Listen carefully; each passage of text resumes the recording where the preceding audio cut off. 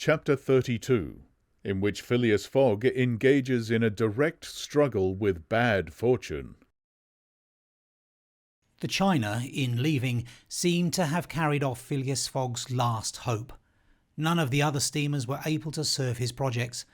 The Piraeus of the French Transatlantic Company, whose admirable steamers are equal to any in speed and comfort, did not leave until the 14th. The Hamburg boats did not go directly to Liverpool or London but to Havre, and the additional trip from Havre to Southampton would render Phileas Fogg's last efforts of no avail. The Inman steamer did not depart till the next day, and could not cross the Atlantic in time to save the wager. Mr. Fogg learned all this in consulting his Bradshaw, which gave him the daily movements of the transatlantic steamers. Passepartout was crushed. It overwhelmed him to lose the boat by 3/4 of an hour. It was his fault, for instead of helping his master, he had not ceased putting obstacles in his path.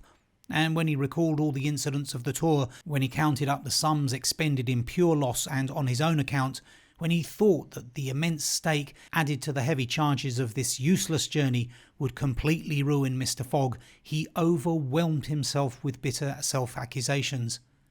Mr. Fogg, however, did not reproach him, and on leaving the Cunard pier only said, "We will consult about what is best tomorrow. Come."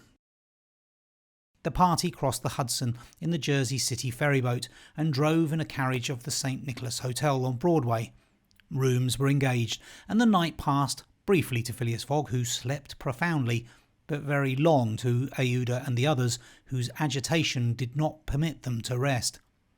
The next day was the 12th of December. From 7 in the morning of the 12th to 9:15 in the evening of the 21st, there were 9 days, 13 hours and 45 minutes. If Phileas Fogg had left in the China, one of the fastest steamers on the Atlantic, he would have reached Liverpool and then London within the period agreed upon. Mr. Fogg left the hotel alone, after giving Passepartout instructions to await his return, and inform Aouda to be ready at an instant's notice. He proceeded to the banks of the Hudson, and looked about among the vessels moored or anchored in the river for any that were about to depart. Several had departure signals, and were preparing to put to sea at morning tide, for in this immense and admirable port there is not one day in 100 that vessels do not set out for every quarter of the globe. But they were mostly sailing vessels, of which, of course, Phileas Fogg could make no use. He seemed about to give up all hope when he espied, anchored at the battery, a cable's length off at most, a trading vessel, with a screw well shaped, whose funnel, puffing a cloud of smoke, indicated that she was getting ready for departure. Phileas Fogg hailed a boat, got into it, and soon found himself on board the Henrietta, iron-hulled, wood-built above. He ascended to the deck and asked for the captain, who forthwith presented himself. He was a man of 50, a sort of sea-wolf, with big eyes, a complexion of oxidized copper, red hair and thick neck, and a growling voice. "The captain?" asked Mr. Fogg. "I am the captain." "I am Phileas Fogg of London." "And I am Andrew Speedy of Cardiff." "You are going to put to sea?" "In an hour." "You are bound for?" "Bordeaux." "And your cargo?" "No freight, going in ballast." "Have you any passengers?" "No passengers, never have passengers. Too much in the way." "Is your vessel a swift one?" "Between 11 and 12 knots. The Henrietta, well known." "Will you carry me and 3 other persons to Liverpool?" "To Liverpool? Why not to China?" "I said Liverpool." "No." "No?" "No, I am setting out for Bordeaux, and shall go to Bordeaux." "Money is no object?" "None." The captain spoke in a tone which did not admit of a reply. "But the owners of the Henrietta," resumed Phileas Fogg. "The owners are myself," replied the captain. "The vessel belongs to me." "I will freight it for you." "No." "I will buy it of you." "No." Phileas Fogg did not betray the least disappointment, but the situation was a grave one. It was not at New York as at Hong Kong, nor with the captain of the Henrietta as with the captain of the Tankadere. Up to this point, money had smoothed away every obstacle. Now money failed.